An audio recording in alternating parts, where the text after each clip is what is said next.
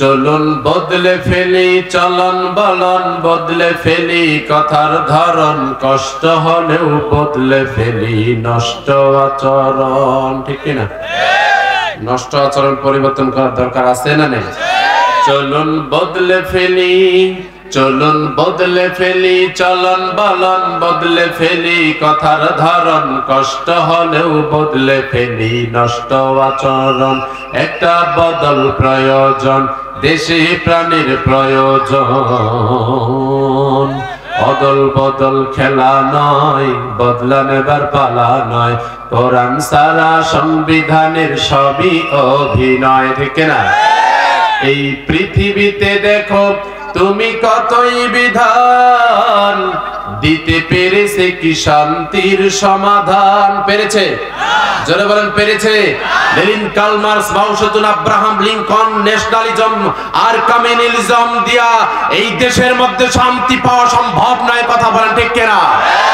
এই পৃথিবীতে দেখো তুমি কতই বিধান, দিতে পেরেছে কি শান্তির সমাধান? কেবলই কোরআন দিতে পারে সমাধান, কেবলই কোরআন দিতে পারে সমাধান। এ কোরআনকে সংবিধান করো যদি, ওহে মুসলমান দাঁড়াও তুমি, সাথে নিয়ে যাও কোরআন খানি। শোনো মুসলমান একটু তুমি, সাথে নিয়ে যাও কোরআন খানি। সকল ক্ষমতার মালিককে, সকল ক্ষমতার উৎসকে, কেউ যেটা দেয় না সেটা দেয় কে? সব সময় শুকরিয়া আদায় করবো কার? খাওয়ার সময়, বসার সময়, ঘুমানোর সময়, নিজে 300 ভোট দেওয়ার সময়। কি দেয় নেই? দেয় নেই? এদিকে দিছে, এদিকেও তো দিছে। 300 কি হুজুর? কিছু করার নেই, মুড়ি সহ দিয়ে দিলাম। কথা বলেন ঠিক না? সামনে আলোচনা আসবে ইনশাআল্লাহ। আল্লাহ রাব্বুল আলামিন আজকে তাফসীরুল কোরআন মাহফিলে আসার বসার তৌফিক দিয়েছেন। আমরা সকলেই খুশি না বেজার? আপনারা খুশি থাকলে ওই যে রাস্তায় যারা দাঁড়িয়ে আছেন ওনারা মনে হয় বেখুশি। প্যান্ডেল মাহফিলে করা হয় দুইটা। কথা বলেন ঠিক না? একটা হলো মহিলা প্যান্ডেল আর একটা হলো পুরুষ প্যান্ডেল। এই জন্য রাস্তায় যারা দাঁড়িয়ে আছেন আমি দেখতে পাচ্ছি সব পুরুষ ভাই। যদি পুরুষ হয়ে থাকে তাহলে একটু মাহফিলে বসা লাগবে। কথা বলেন ঠিক কিনা? আমার প্রাণ প্রিয় যে সমস্ত ভাইরা আছেন আমরা বসে যান। সংক্ষিপ্ত আমি কথা বলবো, বেশি বলবো না ইনশাআল্লাহ। আবার রাস্তাঘাটে অনেক ভাইকে দেখা যাচ্ছে, বসে পড়েন। যেহেতু আমরা খুশি, মন প্রাণ উজাড় করে সিংহ শার্দুলের ন্যায় শরীরের সমস্ত শক্তিকে গলার মাঝ বরাবর এনে কৃপণতা অলসতা দূর করে আল্লাহ দেওয়া জবানে আল্লাহ তাআলার শুকরিয়া আদায় করছি। সকলে পড়ছি আলহামদুলিল্লাহ। যতগুলো মানুষ হয়ে নেই আরো জোরে সরে পড়ছি আলহামদুলিল্লাহ। অসংখ্য দরুদ সালাম বিশ্ব মানবতার মুক্তির দিশারি আমাদের একমাত্র অনুকরণীয় অনুসরণীয় মহান নবী ও নেতা, জিনাকে অনুসরণ করা ফরজ, যার আনুগত্য করা ফরজ, যার আনুগত্য ছাড়া জান্নাত যাওয়া যাবে না, সেই মহান নবী ও নেতার প্রতি দরুদ সালাম সকলে পড়ছি সাল্লাল্লাহু আলাইহি ওয়াসাল্লাম। আমরা মাহফিল কমিটির শুকরিয়া আদায় করি, কারণ যে কৃতজ্ঞতা মানুষের আদায় করে না সে আল্লাহর আদায় করে না, তাই না? গোয়ালঝাড় ঝিটকি খোড়া যুব সমাজের উদ্যোগে তাফসীরুল কোরআন মাহফিলের সুনামধন্য সভাপতি, সাতমারা ফুলবাড়ি উচ্চ বিদ্যালয়ের সম্মানিত প্রধান শিক্ষক জনাব মোহাম্মদ নূর আলম সিদ্দিক সাহেব, আল্লাহ তাআলার কাছে দোয়া করছি আল্লাহ রাব্বুল আলামিন তার এই গোলামকে কোরআনের জন্য কবুল করেন, সকলে পড়ি আমিন। আল্লাহ তাআলা তাকে নেক হায়াত দারাজ করেন, সকলে পড়ি আমিন। আজকের মাহফিলের সম্মানিত প্রধান অতিথি, বাংলাদেশ শুধু নয় এশিয়া মহাদেশের সর্ববৃহৎ ইসলামী ছাত্র আন্দোলন বাংলাদেশ ইসলামী ছাত্র শিবির পঞ্চগড় জেলা শাখার সম্মানিত সুযোগ্য সংগ্রামী জেলা সভাপতি মোহাম্মদ জুলফিকার রহমান। শিবির নিয়ে অনেক অপপ্রচার আছে না নাই? শিবির নাকি গোপন সংগঠন। কি সংগঠন? শিবির নাকি গোপন সংগঠন। গোপন সংগঠন ওটাকে বলা যেতে পারে যারা 5 আগস্টের পূর্বে ব্যানার ধরার জন্য মাত্র 10 জন ছিল, এখন সেখানে কমপক্ষে 400 জন পাওয়া যায়। বুঝতে হবে 10 জন বাদে বাকি যা ছিল সব গোপন সংগঠনের লোক। কথা বলে ঠিক কিনা? ওই সময় তো পাওয়া যায়নি, আন্দোলনের সময় অনেককে খুঁজে পাওয়া যায়নি, আমরা রাজপথে ছিলাম, আমরা জানি। কথা বলেন ঠিক কিনা? এজন্য এই কথা বলার পূর্বে আমাদের নিজেদের দিকে একটু তাকানোর দরকার যে আসলে আমি তো আঙ্গুল তুলতেছি তার দিকে, 3টা আঙ্গুল তো আমার দিকে। কথা বলেন ঠিক না? এজন্য বুঝে শুনে তুলতে হবে। জাতি কিন্তু খুব সজাগ এখন, জাতি কি খুবই সজাগ। কখন কি ঘটনা ঘটে সব মিডিয়ায় চলে আসে, অতএব আপনারা সব মিডিয়ায় জানেন, ঠিক না? আল্লাহ রাব্বুল আলামিন আমার প্রাণপ্রিয় জুলফিকার রহমান ভাইকে, আপনাদের এই এলাকার কৃতি সন্তান, ঠিক না?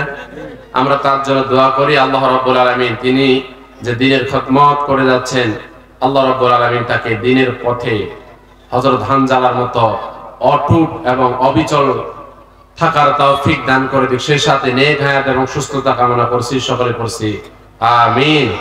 আজকের মাহফিলে অনেকগুলো অতিথি, আর আমার যে সময় উঠাইছেন আমি যদি পড়তে যাই 12টা বাজতে পারে। আমরা একসাথে দোয়া করে দিই আল্লাহ তাআলা তাদের সকলের সম্মান বৃদ্ধি করে দিক, সকলে পড়ি আমিন। আমার পূর্বে আলোচনা করেছিলেন আলহাজ মাওলানা মোহাম্মদ আবু নাঈম আলতাবি, অনেক চমৎকার আলোচনা করেছেন।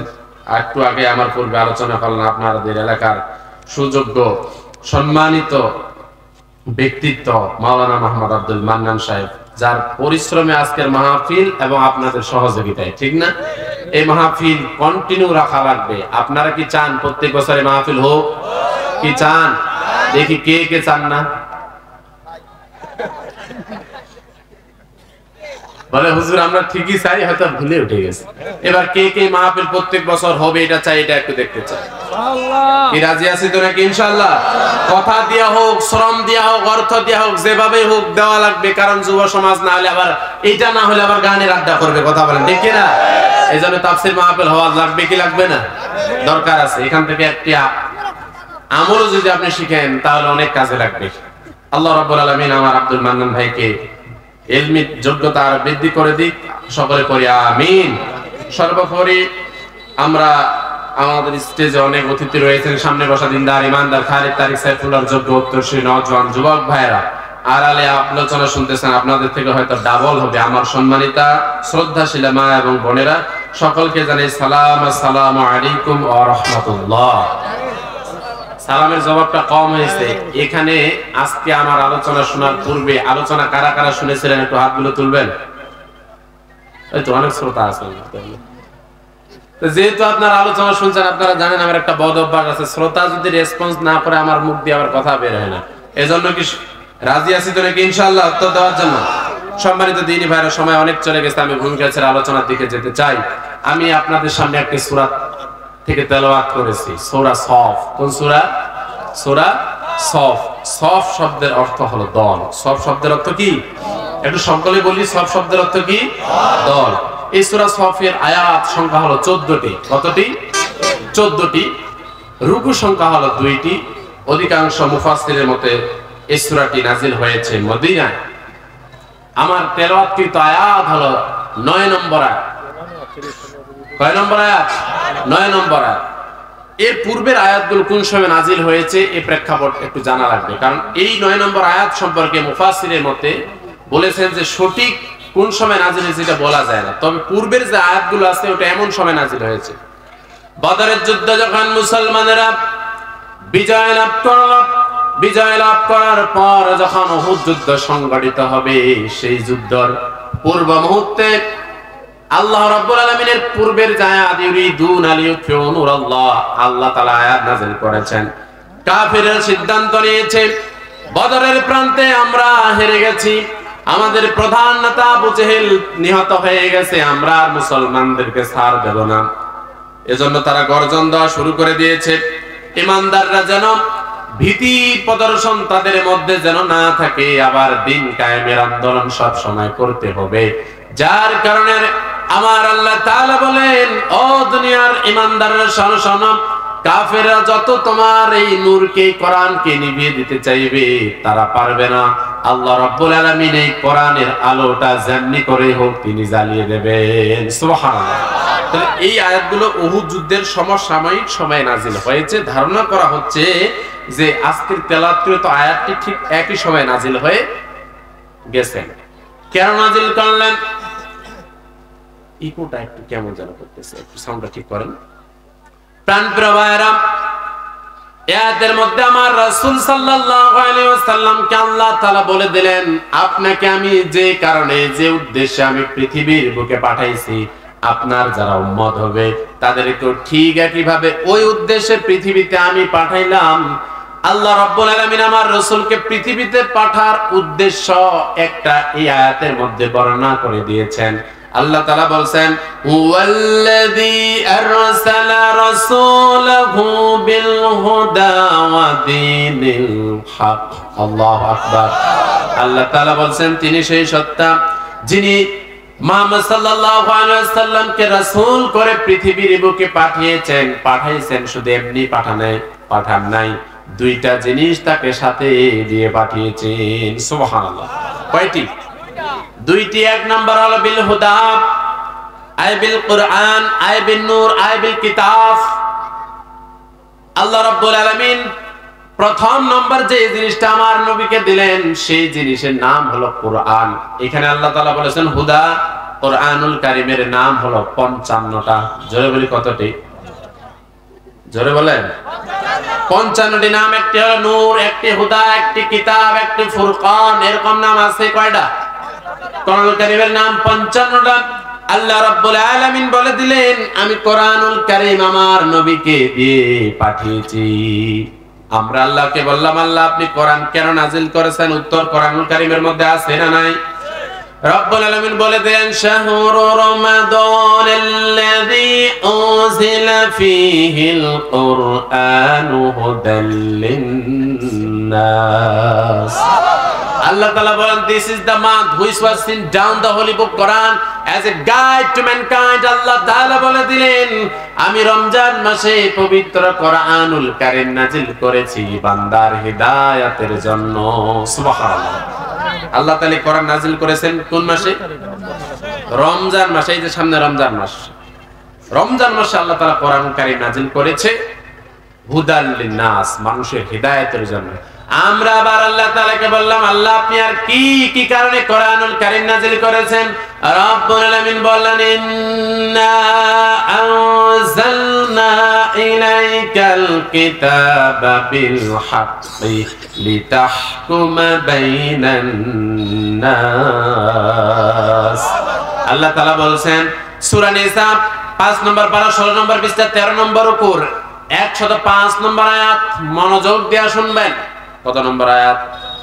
সূরা নিসা 105 নম্বর আয়াতের মধ্যে আল্লাহ বলেন, নিশ্চয় আমি কোরআনুল কারীম নাজিল করেছি সংবিধান রূপে। কি রূপে? জোরে বলেন। কোরআনুল কারীমকে আল্লাহ তাআলা নাজিল করেছেন সংবিধান রূপে। তাহলে সংবিধান কি? কোরআনুল কারীম যে সংবিধান, তাহলে সংবিধানকে আমাদের জানা লাগবে কি লাগবে? জোরে বলি। হোয়াট ইজ, বলা হয়েছে যে এই যে কনস্টিটিউশনের ডেফিনেশনটা কি? সংবিধান কাকে বলে বলেন তো? সংবিধান হলো একটা দেশ, একটা রাষ্ট্র পরিচালনার নিয়ম নীতি। কথা বলেন ঠিক কিনা? বা আইন কানুনের নাম হলো সংবিধান। বলুন তো, আইন বা নিয়ম পদ্ধতি যে আছে এগুলো পাস হয় কোথায়? একটু সবাই বলেন। জোরে বলি কোথায়? সংসদের মধ্যে কোরআনুল কারীমে আইন পাস হবে, যার কারণে আল্লাহ তাআলা কোরআনুল কারীম নাজিল করেছে। আপনার সুকেজের মধ্যে আলমারির উপর যে কোরআনটা উঠানো আছে, খুলে দেখবেন অর্থ সহকারে যদি থাকে। সূরা নিসা 105 নম্বর আয়াত। আল্লাহ রাব্বুল আলামিন কোরআনুল কারীম পাঠাইছেন সংবিধান রূপে। এই কথা অনেক দলের ভাই বিশ্বাস করে না। কথা বলেন। এই কথা বললে বলে যে রাজনীতি অথবা বলে জামাত শিবির। প্রাণপ্রিয় ভাইরা, আমার কথা বিশ্বাস করা লাগবে এটা এমন নয়। আপনি নিজে খুলে দেখেন, তারপর মানবেন। ঠিক তো? আমি হয়তো বলবেন যে হুজুর এটা আপনাদের অধিকার কোরআনে আছে তো এই জন্য বলছেন। আমি বলবো তো আপনাদের অধিকার একটু আপনি মিলাই দেখবেন আছে কিনা। ঠিক কিনা? আল্লাহ তাআলা কোরআনুল কারীম নাজিল করেছেন সংবিধান রূপে, কিন্তু কোরআন দিয়া যদি সংবিধান না করা হয় তাহলে কি হবে শোনেন। আল্লাহ রাব্বুল আলামিন যে জিনিসটা যেটার জন্য পাঠিয়েছে ওই জিনিসটা ওইভাবে ব্যবহার না করলে এই দুনিয়ার মানুষ সেই সংজ্ঞা পাল্টায় দেয়। আমি উদাহরণ দিতে গিয়ে বলি, বলুন তো টুপি আবিষ্কার করা হয় যে কিসের জন্য? জোরে বলি। এই টুপি যদি হাঁটুতে কেউ পরে তাকে কি বলবেন? সবাই বলেন। আর জুতা বানানো হয়েছে কিসের জন্য? কিন্তু এই জুতা যদি সুন্দর করে মহব্বতের ঠেলায়, আমি হুজুর কিংবা জুলফিকার ভাই ভালো মানুষগুলো যদি গলার মধ্যে 3 জোড়া জুতা দিয়া আপনাদের গোয়াল ঝাড় বাজারে যদি ঘুরি, মানুষ বলে আহ চমৎকার মানাইছে, এমন বলবে? কি বলবে? বলবে পাগল। হ্যাঁ, একদিন আগে ভালো ছিল, হুজুরটা কালকে ওয়াজ করে গেছে, আজকে পাগল হইলে। কথা বলেন ঠিক কিনা? বলবে জেলা সভাপতি পাগল হয়ে গেছে। কেন বলছে পাগল? কারণ জুতা আবিষ্কার করা হয়েছে পায়ে পরার জন্য, ওইটা গলায় ঝোলার জন্য কিন্তু আসে নাই। যদি গলায় ঝোলানো হয় তাহলে বলা হয় পাগল। কথা বলেন ঠিক কিনা? প্রাণপ্রিয় ভাইরা, এই জিনিসটা বুঝলেন যে এক জায়গার জিনিস আরেক জায়গায় যদি চলে যায়, যেই জায়গায় ব্যবহার করার জন্য জুতা আবিষ্কার করা হয়েছে, ওই জায়গায় যদি ব্যবহার না করা হয়, শুধু পায়ের পরা জুতা গলায় চলে গেছে, তাতে সংজ্ঞা পাল্টে গেছে, হয়ে গেছে পাগল। আল্লাহ তাআলা কিভাবে বললেন, ও দুনিয়ার মানুষ, কোরআনুল কারীমকে আমি শুধু মসজিদ মাদ্রাসা রাখার জন্য পাঠাই নাই, সংসদের মধ্যে আইন পাস করার জন্য পাঠাইছি। তোমাদের কোরআন সংসদের মধ্যে যদি আইন পাস না করা হয়, শুধু মসজিদ আর মাদ্রাসাও যদি থাকে, তোমরাও ডিজিটাল পাগল মুসলমান। অতএব ডিজিটাল পাগল মুসলমান হবেন যারা, একটু হাতগুলো তোলেন। কি হবেন? তাহলে বলুন দেখি, কোরআন দিয়া দেশ পরিচালনার দরকার আছে না নাই? জোরে বলে আছে না নাই? এটা কি রাজনীতি না কোরআন যা বলছে তাই? খুলে দেখেন সূরা নিসা 105 নম্বর আয়াত। ওটা আমাদের মানিক পীরের কোরআন না, এই গোয়ালঝাড়ের কোরআন দেখবেন আপনারা। ঠিক আছে তো ইনশাআল্লাহ। আবার আল্লাহ তাআলাকে বললাম রব্বুল আলামিন, কি কারণে আপনি কোরআনুল কারীম নাযিল করলেন? আল্লাহ তাআলা সূরা ইব্রাহিমের 2 নম্বর আয়াতের মধ্যে বলেন, লিতুখরিজান নাসা মিনাজ যুলুমাতি ইলান নূর। আল্লাহ বলছেন অন্ধকার থেকে আলোর পথে নিয়ে আসার জন্য আমি কোরআন নাযিল করেছি। কিসের পথ থেকে? আলো থেকে অন্ধকারের দিকে না, অন্ধকার থেকে আলোর দিকে। অন্ধকার থেকে আলোর দিকে। তাহলে অন্ধকার কাকে বলা হয়? আমরা সকলে জানি আইয়ামে জাহিলিয়াতকে অন্ধকারের যুগ বলা হয়। কথা বলেন ঠিক কিনা? তাহলে আইয়ামে জাহিলিয়াত আবার কেন বলা হয়? বলার কারণ হলো, ওই আইয়ামে জাহিলিয়াত এই জন্য বলা হয়, ওই জামানায় সুদ ছিল, ঘুষ ছিল, দুর্নীতি ছিল, চাঁদাবাজ ছিল, লুটতরা ছিল, হত্যা ছিল, গুম ছিল, খুন ছিল, যার কারণে ওই সময়টাকে আইয়ামে জাহিলিয়াত বলা হয়। বলেন দেখি, যে বৈশিষ্ট্য থাকার কারণে আইয়ামে জাহিলিয়াত নামকরণ করা হলো, ওই বৈশিষ্ট্য যদি এখন থাকে, আইয়ামে জাহিলিয়াত বলা হবে কি হবে না? জোরে বলি। যে সুদ ঘুষ রাহাজানি মিথ্যা মামলা চুরি ডাকাতি ছিনতাই থাকার কারণে আইয়ামে জাহিলিয়াত নামকরণ করা হয়েছে, ওই ছিনতাই, ওই লুটতরাজ, ওই চাঁদাবাজ এখন দেশের মধ্যে আছে না নাই? জোরে বলেন। যদি থাকে বলেন তো দেখি, এটা আইয়ামে জাহিলিয়াত কিনা? জোরে বলেন। কি এটা? আইয়ামে জাহিলিয়াত। আমি আমার বক্তব্যে বলি আইয়ামে জাহিলিয়াত না, আইয়ামে জাহিলিয়াতের থেকে বড় কিছু আমার দেশ। কথা বলেন ঠিক কিনা? আইয়ামে জাহিলিয়াতের সময় কি আয়না ঘর ছিল? জোরে বলেন। আয়না ঘর কয়েকদিন আগে প্রধান উপদেষ্টা ডক্টর ইউনূস সাহেব প্রদর্শন করেছেন। একটা চেয়ার দেখছেন আপনারা নিউজের মধ্যে, যেটা টোটালটাই স্টিল কিংবা লোহার, যেটার মধ্যে ইলেকট্রিক শক দেওয়া হতো। আইয়ামে জাহিলিয়াতে ছিল। আরেকটা চেয়ার আছে, শুধু ইলেকট্রিক শক দিলে গোটা চেয়ারটা শুধু ঘুরে। আপনি যদি এই চেয়ারে বসে থাকেন আর যদি কয়েকটা ঘুরে, যদি খালি ঘুরতেই থাকে, মাথা ঠিক থাকবে? জোরে বলেন। তাহলে আইয়ামে জাহিলিয়াত কেউ ছাড়াই গেছে। কথা বলেন ঠিক না? ওই আইয়ামে জাহিলিয়াতের অন্ধকারকে দূরীভূত করার জন্য আল্লাহ রাব্বুল আলামিন কোরআনুল কারীম নাযিল করেছে। আমার নবী 17 বছর বয়সে একটা সংগঠন করলেন এই আইয়ামে জাহিলিয়াতকে দূর করার জন্য। 17 থেকে আমার নবীর বয়স 40 হয়ে গেল। 23টা বছর নিজে চিন্তা দিয়া, থিওরি দিয়া, পরিকল্পনা দিয়া, কর্মসূচি দিয়া, কর্মপদ্ধতি দিয়া উনি চেষ্টা করলেন। বলেন তো দেখি, সমাজ থেকে কি দুর্নীতিবাজ, চাঁদাবাজদেরকে বন্ধ করতে পারছিলেন? জোরে বলেন। চুরি বন্ধ করতে পারছিলেন? পারেন নাই। কিন্তু যখনই আল্লাহ তাআলা কোরআন নাজিল করলেন, কোরআন নাজিলের মাত্র 13 বছরের মাথায় মদিনা নামক রাষ্ট্র হয়েছিল না নাই? কোরআন সুন্নাহ দিয়া চলেছে। অতএব আল্লাহ তাআলা বলছেন, কোরআনকে আমি পাঠাইছি চুরি বন্ধ করার জন্য, ঘুষ বন্ধ করার জন্য, দুর্নীতি বন্ধ করার জন্য, সাদাবাজি বন্ধ করার জন্য, ঠিক না? কিন্তু এই কোরআনুল কারীম দিয়া কি সাদাবাজি বন্ধ সম্ভব হইছে? কেন সম্ভব হয়নি? কোরআন যেখানে থাকবে সাদাবাজ থাকবে না। তার মানে কোরআন যেমনি করে থাকার দরকার অমনি করে নাই। কথা বলেন ঠিক না? আল্লাহ বলছেন, দেখো আমি কোরআনকে পাঠাইছি এগুলো বন্ধ করার জন্য, তোমরা যেভাবে বন্ধ করা লাগে ওই কাজটা করো। আমি উদাহরণ দিতে গিয়ে বলি বুঝানোর জন্য। বলেন তো দেখি, চোখ আল্লাহ তাআলা বানাইছেন কিসের জন্য? এটা সবাই বলেন। চোখ বানাইছে আল্লাহ তাআলা দেখার জন্য, সৃষ্টি করেছেন, তৈরি করেছেন আল্লাহ দেখার জন্য।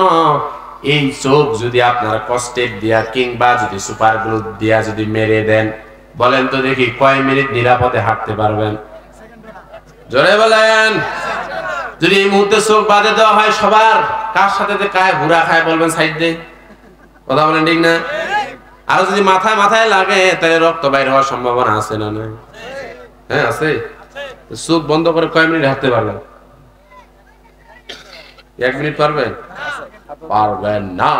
হাড়িভাঙ্গা খেলা দেখেননি? হাড়িভাঙ্গা এদিক খেলা হয়, হাড়িভাঙ্গা খেলা কেমন? হাড়িভাঙ্গা খেলা, হ্যাঁ, চোখ বাঁধে দেয় 15 হাত কিংবা 20 হাত ধরে একটা হাড়ি দেয়, আর এই জায়গায় প্রতিযোগী গুলো থাকে। চোখ যখন বাঁধে দিল, আস্তে করে একটা ঘুরান দিল, দেখবেন যে আগে আইডিয়া করে নিছে। কি আইডিয়া? এখানে আছে তো পা দিয়া মাপেছে মনে মনে, এই পা ফেলা 20 পা তো হবে, কে কয় পা? 20 পা তো হবে। তো চিন্তা করে 20 পা যাবে আর কি।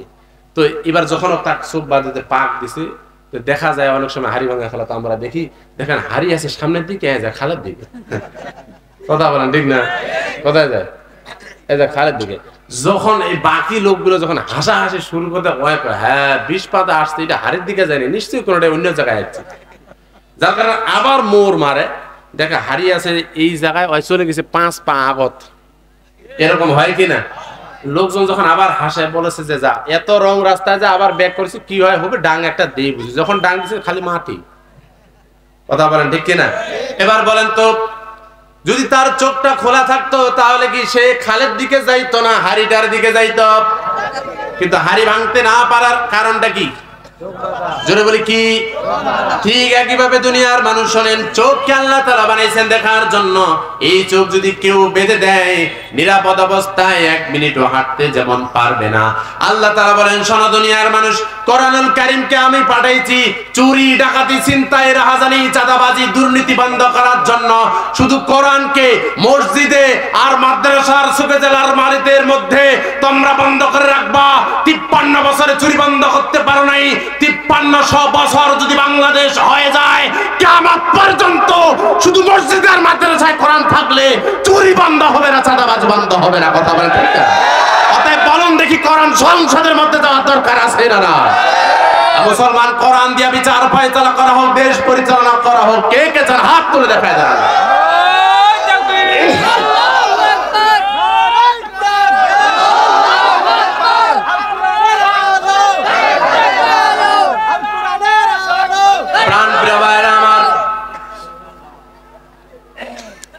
তার মানে কোরআন একটা দেশ পরিচালনার জন্য আসছে। আমার আল্লাহকে বললাম, আল্লাহ দেশ পরিচালনার জন্য তো অনেক কিছু আইন লাগবে, কোরআনুল কারীমের মধ্যে কি সব সমস্যার সমাধান আছে? এটা সবাই বলে আছে। এই নাই নাই এর পক্ষে কে কে একটু দেখি তো, বলে নাই। সবাই কি পক্ষে? চাচা বুঝেন নাই পারে? কোরআনে সব কিছুর সমাধান আছে। কথা বলেন ঠিক কিনা? দেখেন কি কঠিন প্রশ্ন করেছিল ওমর রাদিয়াল্লাহু তাআলা কে। ওমর রাদিয়াল্লাহু তাআলা কে এসে প্রশ্ন করা হলো, ইহুদি আলিমরা ষড়যন্ত্র করে 4টি প্রশ্ন করলো।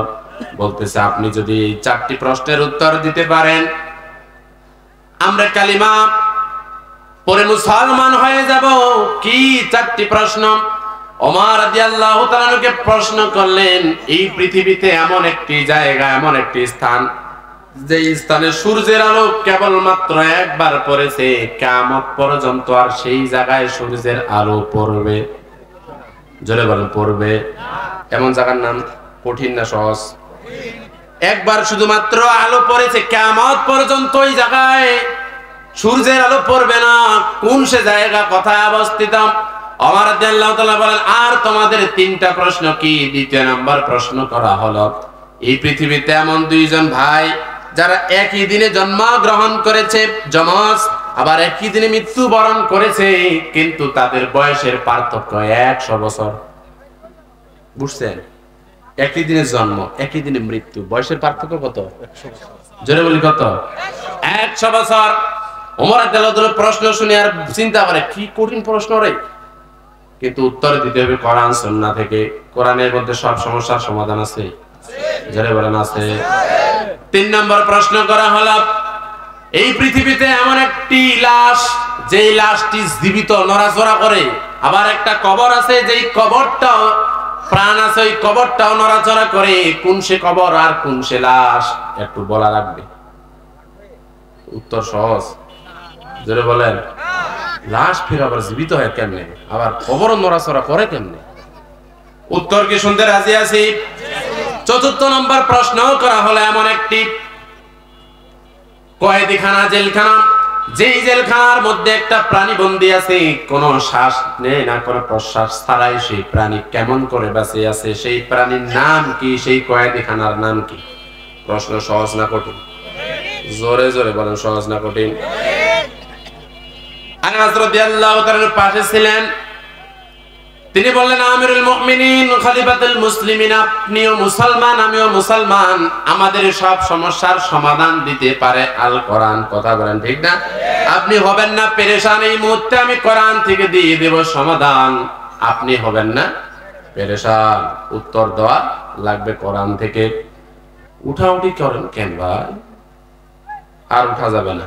শেষ পর্যন্ত থাকবেন কে কে? একটু হাত তুলে দেখাইতো। ওয়াজ তো কেবল শুরু করেছি, শেষ পর্যন্ত থাকবেন তো নাকি? ইনশাআল্লাহ। আপনাদের থেকে আমার আরো বেশি তাড়া আছে ভাই। জুলফিকার ভাইকে বলছি 10টায় উঠাই দেবেন, চলে যেতে হবে, কারণ কালকে সকাল 7:20 আমার ট্রেন, কালকে মাহফিল কুষ্টিয়া, পরের দিন নওগাঁ। অতএব আমার আরো বেশি তাড়া। থাকবেন তো নাকি? ইনশাআল্লাহ। প্রাণপ্রিয় ভাইরা, প্রথম নম্বর উত্তর দিয়ে দিলেন, এই পৃথিবীতে এমন একটি জায়গা, যেই জায়গায় সূর্যের আলো শুধুমাত্র একবার পড়েছে, কিয়ামত পর্যন্ত আর ওই জায়গায় সূর্যের আলো পড়বে না। ওই জায়গাটার কথা এবার আসবে।